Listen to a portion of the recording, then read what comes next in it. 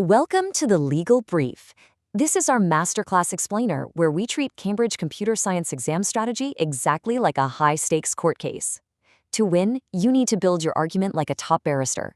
You need airtight evidence, a flawless argument, and an undeniable conclusion. Today, we are decoding the Cambridge Information Technology syllabus, specifically Section 8.1, Functions, Date, Time, Weekday, Day, Month, and Year. Whether you're sitting for syllabus codes 0417, 0478, 2210, 9618, or 9626, principal examiners consistently report that this specific cluster of spreadsheet functions is literally one of the most misunderstood areas in the entire AS and A-level IT syllabus. It seems simple on the surface, right? Just extracting a day or a month. Yet, year after year, it trips up thousands of students. Let me introduce you to two students we see all the time. First, there's Alex. Alex overloads his exam papers with raw computer science facts, but includes absolutely zero analysis. It's just a data dump. Then there's Sam. Sam rushes through the paper, panics at the clock, and completely misses the command word requirements. We're going to look at their flawed answers, side by side with the brutal red pen marks from examiners, and we are going to fix those misunderstandings right here, right now, so you can lock in those top marks. Here is our exam roadmap for today's session. Consider this your legal docket for the exam hall. First, we'll cover Mastering Core Principles, where we dig into the foundation of your argument. Second, strict procedural frameworks, because just like in a courtroom, if you don't follow the rules of presentation, your evidence gets thrown out. Third, we'll decode the method mark strategy, which is absolutely crucial for rescuing points even when your final calculation goes off the rails. And finally, we will tackle the top 3 examiner warnings, highlighting the specific traps that Alex and Sam fell right into. Let's dive straight into Section 1, Mastering Core Principles. This is all about prioritizing analytical depth over superficial breadth. In Cambridge computer science exams, it is never enough to just memorize what a function does. You have to break down the specific assessment objectives. The examiners use highly specific command words like evaluate, analyze, or explain. When Alex sees a question about the date function, he just writes down what the function is. He totally ignores the command word. But top students? Top students use what we call the PEAL framework: point, evidence, explanation, and link. They make a point about the function, provide evidence from the specific database or spreadsheet scenario provided in the exam, explain exactly how the function manipulates the temporal data, and finally, they link it all back to the overarching business problem. That is the fundamental difference between a basic passing grade and an absolute distinction. Now take a really close look at the theoretical architecture of these 6 specific functions on your screen.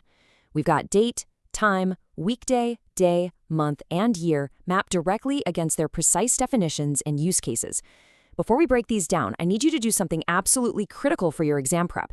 Before we continue, subscribe to our YouTube channel, Ace the Exams, at acetheexams_IGSCE to excel in your Cambridge examinations. Click that subscribe button and hit the bell icon right now. Okay, let's get back to the evidence. The Cambridge assessment objectives for this section target distinct cognitive domains. They want knowledge, application, and analysis.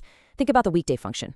Alex might tell you it returns a number from 1 to 7. Great, but that's just superficial knowledge. The examiner wants to see if you can apply logical, structured reasoning. Can you determine that a weekday function combined with an if statement is required to calculate weekend overtime pay for a real-world payroll system? Or take the year and month functions. If you're given a massive data set in a 96-26 practical exam, you aren't just typing a formula. You are synthesizing temporal data to generate a dynamic financial report.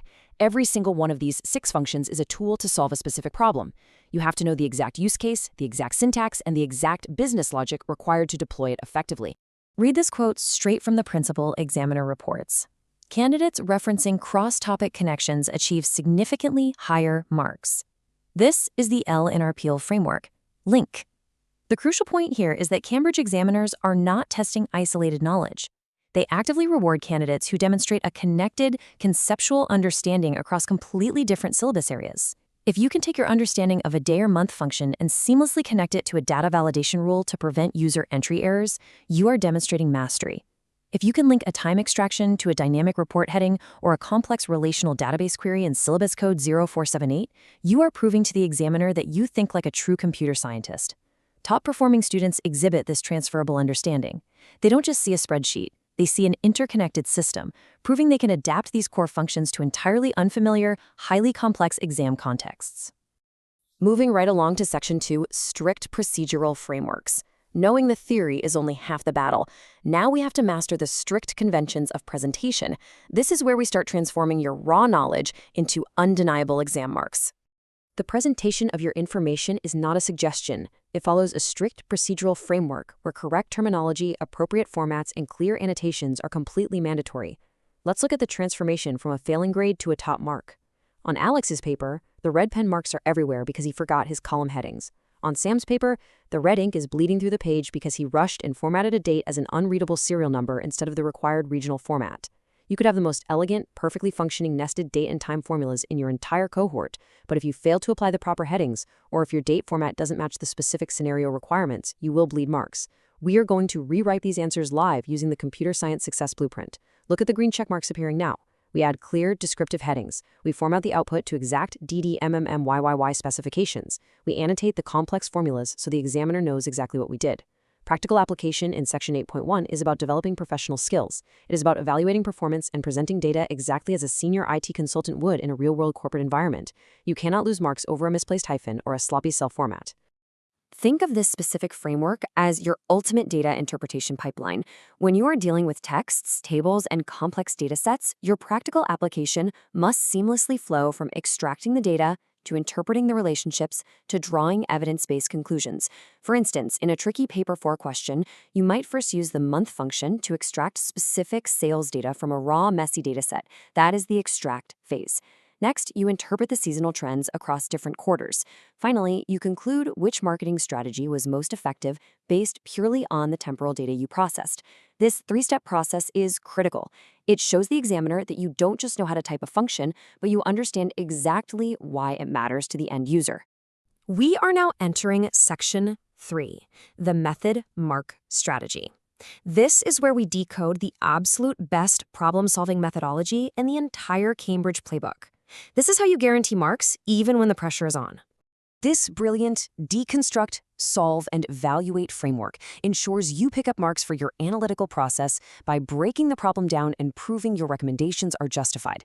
Before we break down these 5 steps, I need your full attention. Stop scrolling, subscribe to our YouTube channel Ace the Exams at acetheexams_IGCSE to excel in your Cambridge examinations. We've helped thousands of students improve by 2 to 3 grade boundaries. Join them right now by subscribing to at acetheexams_IGCSE and turn on all notifications so you never miss our weekly exam strategy sessions. All right, let's get into the method mark strategy. In Cambridge exams, you are frequently awarded method marks. This means you get credit for your logical process, even if your final output has a calculation error. Step 1, identify the given information in the scenario. Highlight it. Step 2, break it into logical steps. Maybe you need to extract the year first, then calculate the days between 2 shipping dates. Step 3, solve systematically, line by line. Step 4, check for reasonableness. This is huge. If your time function is outputting 36 hours in a single day, or your weekday function is returning in 8, it is not reasonable. Catch that error before the examiner's red pen does. Finally, step 5, make justified recommendations based entirely on your technical solution. Let's kick off an interactive workshop right now to test this. Often, you'll be asked to evaluate the quality of evidence or compare 2 different methods of date and time extraction. True comparative analysis requires you to explicitly identify both similarities and differences. You need to use comparative connectives, words like whereas, similarly, or conversely. We're going into Challenge 1, Data Scan. Imagine a complex computer science data table on your screen. I'm putting 60 seconds on the clock. You have to extract the core trend comparing 2 different database date queries. 50 seconds. You need to support each comparison with evidence from the given scenario. 30 seconds. Identify any limitations or assumptions made in the data. 10 seconds left, and time's up. Did you draw conclusions about their relative importance? If you just listed facts like Alex, you got 0 marks. If you use comparative connectives and back them up with hard evidence, you just achieved the depth of critical analysis that elevates a standard passing grade to an absolute distinction. With all of this structured methodology in place, we have to ask the multi-million-dollar question. Why do examiners report that this is still one of the most misunderstood areas in IT? If the functions themselves are relatively straightforward, where is the disconnect happening under exam conditions? It's time for Challenge 2. Find the flaw. I want you to visualize a sample paragraph written by Sam. Sam wrote, "I used the date function to find the right day for the database, which is fast." Find the sentence losing marks. Got it? The flaw is that Sam rushed, missed the command word, and provided a totally generic evaluation. Which is fast means nothing to an examiner. There is no PL framework there. There is no evidence, and there is certainly no link back to the syllabus. Welcome to Section 4, Top 3 Examiner Warnings. We are going to look directly at the most common assessment traps that catch out thousands of students every single year, and how you can sidestep them entirely. Straight from the Cambridge Principal Examiner reports, we have these 3 fatal flaws. Warning number 1 is the classic trap, using the wrong approach for the wrong context. Just because you memorized how to write a complex nested weekday function doesn't mean it's the most efficient choice for the specific business problem presented in your paper. Warning number 2 is forgetting to check format and presentation against the strict conventions we discussed earlier. Leaving a date as a raw serial number instead of formatting it as DDMMYY will absolutely cost you points. And warning number 3 is providing generic answers that lack specific context. Now for challenge 3, speed writing. You have 30 seconds to mentally draft one perfect PL paragraph avoiding these 3 traps. Point, evidence, explanation, link. The timer is ticking. Think about the command words. Think about the specific scenario. Think about the formatting. 10 seconds. Lock in your answer. Let's see how you did. Let's look at the ultimate examiner alert in practice. This perfectly illustrates the final computer science answering system we've been building towards. On the left side, we have Alex's generic answer. The date function creates a date. It is superficial, it loses marks. On the right side, we have the flawless, context-specific answer using our success blueprint. The date function is used to synthesize the separate manufacturing year, month, and day fields into a unified format for the shipping database, ensuring cross-platform compatibility. The generic answer is technically true, but completely useless in an A-level context. You absolutely must avoid generic answers and link every single point back to the specific scenario provided. You have to decode the command word, apply the PL framework, and use a time management matrix so you don't end up rushing like Sam and leaving valuable marks on the table. This is how you demonstrate that higher-level application and analysis the examiners are desperate to see. To lock this entire system into your brain, try using a visual story method to encode the relationships between the date, time, weekday, day, month, and year functions before you walk into the exam hall.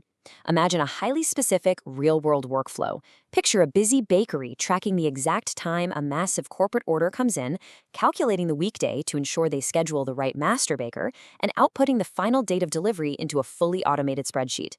Visualizing these functions working together as a connected, chronological story will naturally guide you to the right cross-topic connections during the intense pressure of the exam. It perfectly aligns with the 3 rules that guarantee top marks: command word decoding, PL framework application, and our time management matrix. So as we wrap up this explainer, are you ready to take this evidence-based examiner methodology and put it to the ultimate test? Knowing the theory is only step 1. The next time you open a past paper, don't just ask yourself, what function goes here? Ask yourself, if this was my business, would I trust the data I just outputted? Stop thinking like a student, start acting like a professional IT consultant, and go master those 8.1 functions. Listen closely. Students who implement these computer science strategies see an average improvement of 2 grade boundaries, but only if they practice consistently with our weekly videos. Here's your final reminder. Subscribe to our YouTube channel, Ace the Exams, at AceTheExams_IGCS.